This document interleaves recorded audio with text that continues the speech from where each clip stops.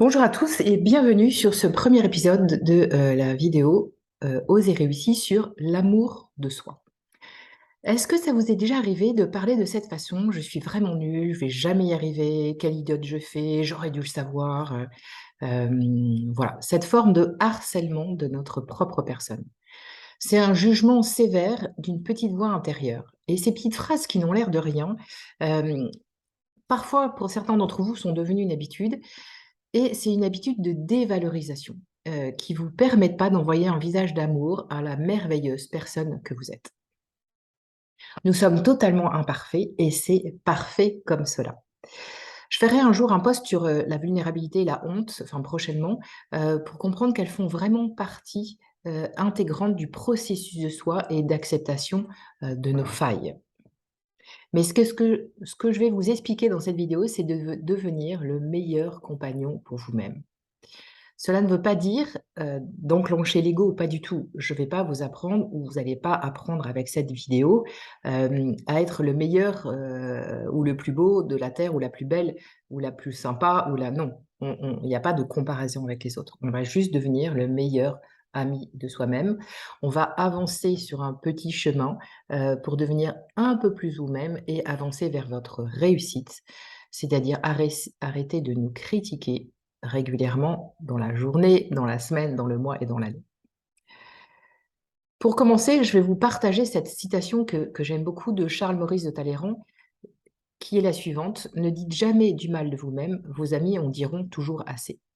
Ne dites jamais du mal de vous-même, vos amis en diront toujours assez». Alors comment on apprend à ne pas se mettre cette pression supplémentaire? Comment on ose faire la paix avec nous-mêmes? Comment on prend conscience que vous êtes digne d'être aimé juste pour ce que vous êtes, inconditionnellement? Ça veut dire sans condition. Donc avec toutes vos imperfections, vos caractéristiques physiques, avec votre vision du monde. Simplement être le meilleur ami pour vous-même, comme vous pouvez l'être pour vos autres amis. Est-ce que parfois ça vous arrive de trouver vos amis ou une autre personne meilleure que vous, peut-être plus parfaite sur certains points ou supérieure à vous? Eh bien, ces personnes sont comme toi, pleines de qualités, d'imperfections et vous les aimez telles qu'elles sont, hein. Donc ce que je vous propose dans cette vidéo, c'est de commencer à vous aimer tel que vous êtes. Des cheveux lisses ou frisés, 100 kilogrammes ou 50 kilogrammes, 1 mètre ou 2 mètres, ou 1,50 m, introverti, extroverti, émotif ou non, peu importe, commençons à nous aimer inconditionnellement, à développer l'amour de soi. Oui, cela peut paraître bizarre de consacrer du temps à développer l'amour de soi et non celui des autres. Peut-être qu'il y a un mot qui s'invite comme égoïste. Oui, c'est super d'aider les autres, c'est vraiment fabuleux et si ça vous correspond, allez-y. Mais vous pourrez encore mieux les aider si vous êtes bien avec vous-même. Si vous aimez vos imperfections, vos vulnérabilités. Si vous aimez vos imperfections et vos vulnérabilités, vous accepterez plus facilement les imperfections des autres. Et vous pouvez accepter l'autre sans jugement. Une autre idée peut s'inviter, ou une autre pensée en disant: «Mais peut-être que si je m'occupe que de moi-même, je vais m'auto-centrer, effectivement je vais progresser, puis je vais atteindre un niveau et après qu'est-ce que je vais faire?» Rassurez-vous, en fait, avancer dans l'amour de soi permet de clarifier le chemin que vous empruntez et le chemin devient plus facile. L'énergie vitale devient tellement plus, puissante que vous allez rayonner et plus vous allez avancer, plus vous allez continuer et votre rayonnement va aider, les autres et c'est un chemin qui n'a pas de, qui est infini, qui n'a pas de fin. Une réflexion que je voulais vous partager, c'est dans quelle ambiance votre progression sur ce chemin sera la plus élevée? Est-ce que lorsque tout est hostile, donc est-ce que quand vous recevez des critiques, des regards désobligeants, peu ou pas de confiance dans votre réussite, des phrases du style, «Tu dois changer, tu es nul», «Bah, tu aurais dû le savoir», «Comment ça se fait que tu le sais pas?» Bah, bien sûr, c'est évident que tu aurais dû faire ça. Ou au contraire, un climat de confiance avec des regards bienveillants, de la confiance dans votre réussite, avec des phrases comme: «Vous êtes super, bravo, vous avez progressé, je vous souhaite le meilleur, je sais que vous allez y arriver».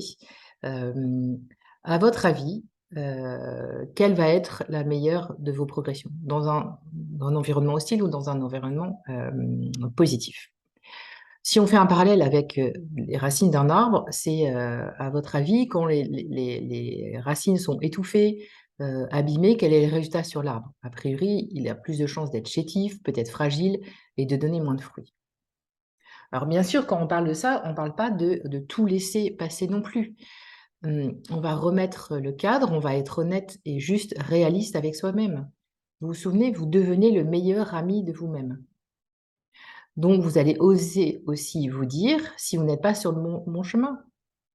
Vous allez aussi, vous dire quand vous n'êtes pas honnête avec vous-même et vous allez aussi oser vous dire quand vous changez vos plans tous les temps.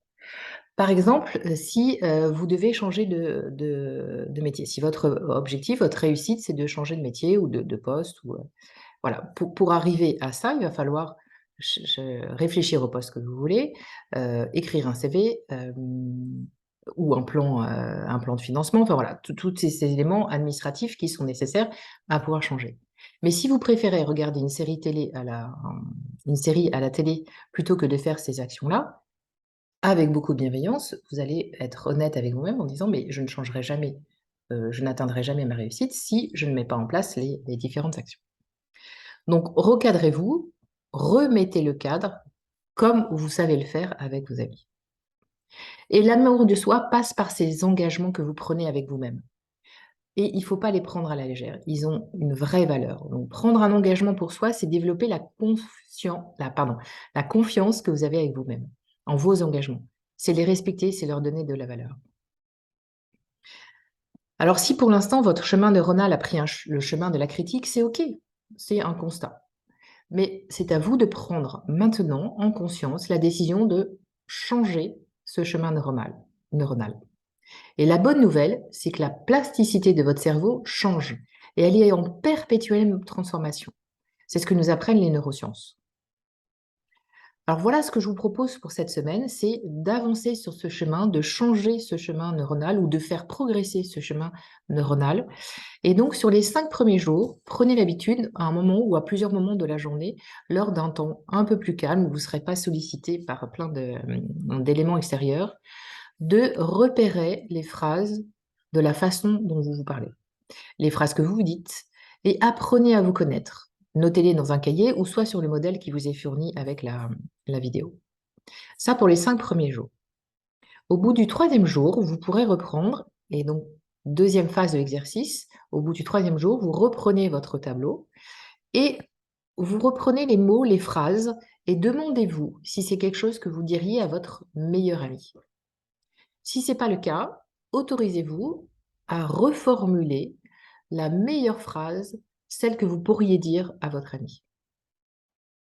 Peut-être cet exercice demandera un effort au démarrage pour limiter ces pensées négatives, mais peu à peu, avec l'entraînement, vous deviendrez un sportif du haut niveau de la pensée positive.